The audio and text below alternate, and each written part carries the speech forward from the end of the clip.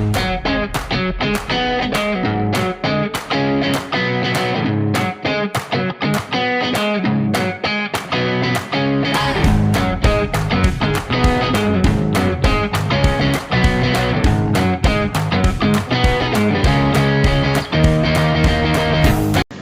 guys, jadi kita di sini mau wawancarai narasumber terkait rokok konvensional dan rokok elektrik. Selamat sore, dengan saya Salsabila Karina Hakim. Di sini saya sebagai reporter ingin mewawancarai narasumber satu. Sebelumnya dengan siapa saya berbicara? Babe Opa. Babe Opa. Oke. Terima kasih telah meluangkan waktunya karena mau wawancara dengan saya. Kita langsung aja ke pertanyaan pertama. Siapa yang biasanya membeli rokok atau merokok di lingkungan ini? Banyak ya teman-teman aja yang pada ngerokok. Semuanya teman-teman, teman ngaji semuanya pada ngerokok semua gitu. Yang ngerokoknya ya di mana aja, kadang-kadang di tempat pengajian, ada di ruang terbuka gitu, atau di parkiran. Pertanyaan kedua, apa yang membuat Anda untuk tetap merokok meskipun sudah mengetahui dampak negatifnya? Kalau ngerokok itu enjoy gitu. Tanpa ngopi kalau nggak ada rokok gimana gitu kan, rasa hidup tanpa gimana gitu. Lebih santai, lebih enak, lebih enjoy lah kalau ada rokok gitu. Apalagi kalau dimainin di jari-jari, nikmatnya. Kalau apalagi sambil di-sep gitu kan, mantap. Oke, pertanyaan ketiga, kapan Anda pertama kali mulai menggunakan rokok konvensional dan kapan biasanya Anda merokok dalam sehari? Kalau mulai ngerokok dari SMP. Dari SMP. Dari SMP kelas berapa ya? Lupa dah tuh, udah masa lalu ya gitu. Terus ngerokok itu dalam sehari bisa sebungkus atau 2 bungkus. Sehari itu? Iya, sehari. Oke. Kadang-kadang bisa lebih. Lihat sikon aja gitu. Kalau lagi dingin ya kita ngerokok, kalau lagi nggak dingin ya kita ngerokok lagi gitu. Oke. Pertanyaan selanjutnya, di mana Anda biasanya merokok? Ya kadang-kadang paling enak tuh ngerokok di toilet. Di toilet sambil pup dah ya, sambil ngayal gitu, ngayal sambil lihat asap-asapnya indah gitu. Tapi kita sambil membayangin di puncak gunung kan, mantap banget gitu. Oke. Apalagi ya asapnya tuh bisa dibolong-bolongin gitu kan, Dibuat ya. Jadi bikin nikmatnya ngerokok gitu. Oke, pertanyaan selanjutnya, mengapa Anda merasa sulit untuk berhenti merokok? Bisa gimana ya, ibaratnya rokok itu kalau kena pertama udah kecanduan gitu ya, apalagi kita kan pengopi kan, kalau nggak ada rokok gimana rasanya gitu, ibaratnya kalau kita nggak ada perempuan gimana rasanya gitu. Pokoknya rokok nomor 1 dah. Iya. Oke. Pertanyaan terakhir, bagaimana cara Anda mendapatkan rokok? Ya pertama kita ngumpulin duit dulu, terus habis itu kita lari ke warung. Beli warung kita beli rokok dah sebungkus. Kadang-kadang kita kalau ada duit lebih bisa 2 bungkus. Gitu ya. Tapi kalau memang ada teman-teman ya kita geladah rokoknya dah, berbagi kan enak kan gitu. Ya. Oke, mungkin segitu aja pertanyaan yang saya tanyakan. Terima kasih atas waktunya ya, Babe. Oke. Sama-sama ya. Semangat ya. Sukses ya. Oke ya. Oke. Lanjut ke narasumber kedua yang akan kita wawancarai mengenai rokok elektrik. Sebelumnya dengan siapa saya bicara? Dengan Hafid. Oke, sebelumnya terima kasih telah meluangkan waktunya untuk wawancara bersama saya. Kita langsung ke pertanyaan pertama. Siapa yang pertama kali memperkenalkan Anda pada rokok elektrik? Apakah Anda menggunakan rokok elektrik bersama teman atau sendiri? Kalau pertama kali untuk dikenalkan pot itu pas SMK ya. Jadi kita nongkrong terus ada pot, kayak gue nyoba gitu loh. Ini apa sih pot gitu. Terus ya udah kayak gue cobain dan akhirnya gue tertarik dan akhirnya gue memakai untuk pot. Untuk penggunaannya itu sendiri? Untuk penggunaannya sendiri. Pertanyaan kedua, apa alasan utama Anda beralih ke rokok elektrik dibanding dengan rokok konvensional?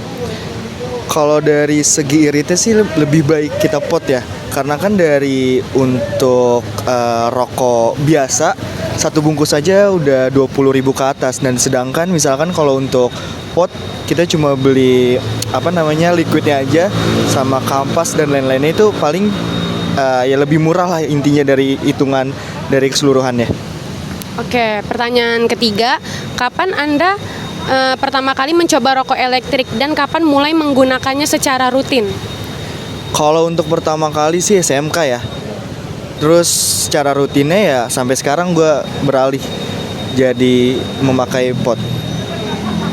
Terus di mana biasanya Anda menggunakan rokok elektrik? Apakah di rumah, di kampus, atau di tempat kerja? Kalau gue sih gunain pot sesuai dengan tempat ya. Jadi di mana aja gue bisa ngepot selagi itu diperbolehkan, ya pasti bakalan gue buat ngepot gitu loh. Terus mengapa Anda memilih untuk terus menggunakan rokok elektrik meskipun ada kontroversi mengenai keamanan dan dampaknya terhadap kesehatan? Yang tadi gue udah bilang lebih hemat dan juga ya namanya udah kecanduan gimana sih?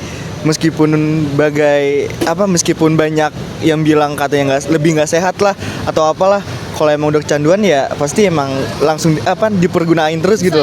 Susah. Gitu ya? Iya, bakalan terus gitu. Oke, pertanyaan terakhir, bagaimana cara Anda memperoleh rokok elektrik dan isinya? Apakah Anda membelinya secara langsung di toko atau melalui pembelian online? Tergantung dari sikon sih gue. Misalkan kalau emang gue lagi mager banget buat beli ke toko, ya paling gue beli di online gitu loh. Jadi lebih banyak beli di toko langsung. Ya. Mungkin itu aja yang bisa saya tanyakan. Terima kasih atas waktunya ya, Kak.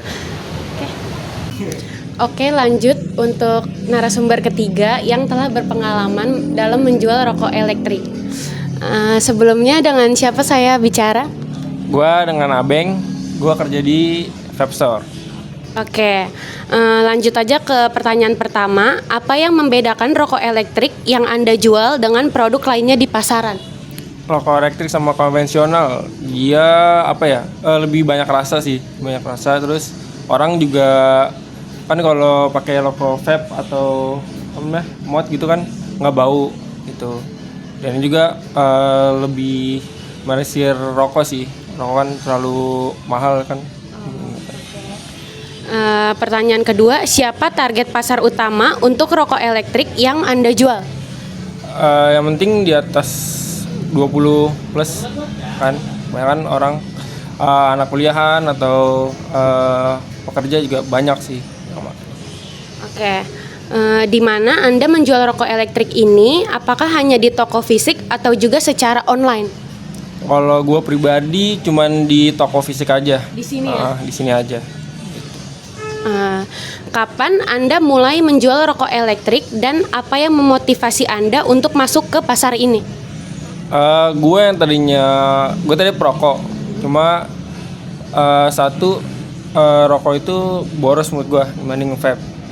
Terus kalau vape liquidnya kan banyak, gue jadi nggak ngebosenin lah. Gitu. Bisa gonta-ganti Bisa gitu ya? ganti. Oke, terus mengapa Anda memilih untuk menjual rokok elektrik dan bagaimana Anda melihat tren pasar ini ke depannya?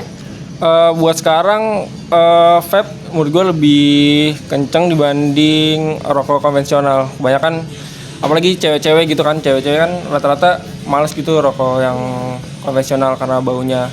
Sekarang lebih banyaknya vape sih, bakal lebih kencang lagi ke depannya. Oke, buat pertanyaan terakhir, bagaimana cara Anda memastikan kualitas dan keamanan produk rokok elektrik yang dijual kepada konsumen? Kalau vape sendiri, liquid itu kan dari food grade ya. Itu jadi bahan-bahan makanan, menurut gue jauh lebih aman dibanding rokok biasa. Oke, begitu aja? Ya.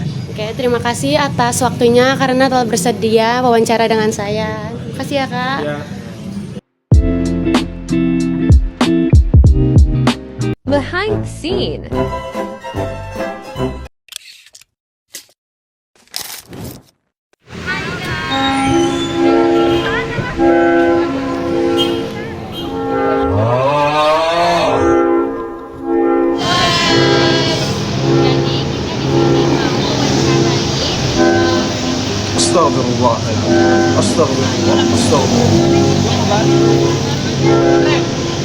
Tanpa ngopi kalau nggak ada rokok gimana gitu kan, rasa hidup tanpa gimana gitu. Rokok lebih santai, lebih enak, lebih enjoy lah kalau ada rokok gitu. Iya, sehari. Kadang-kadang bisa lebih. Lihat sikon aja gitu, kalau lagi dingin ya kita ngerokok, kalau lagi nggak dingin ya kita ya ngerokok lagi gitu. Ya kadang-kadang paling enak tuh ngerokok di toilet. Oh, di toilet sambil pup dah ya, sambil pup sambil ngayal gitu, ngayal sambil lihat asap-asapnya indah gitu. Tapi kita sambil membayangin di puncak gunung kan, waduh mantap banget gitu. Apalagi ya asapnya tuh bisa dibolong-bolongin gitu kan, aduh.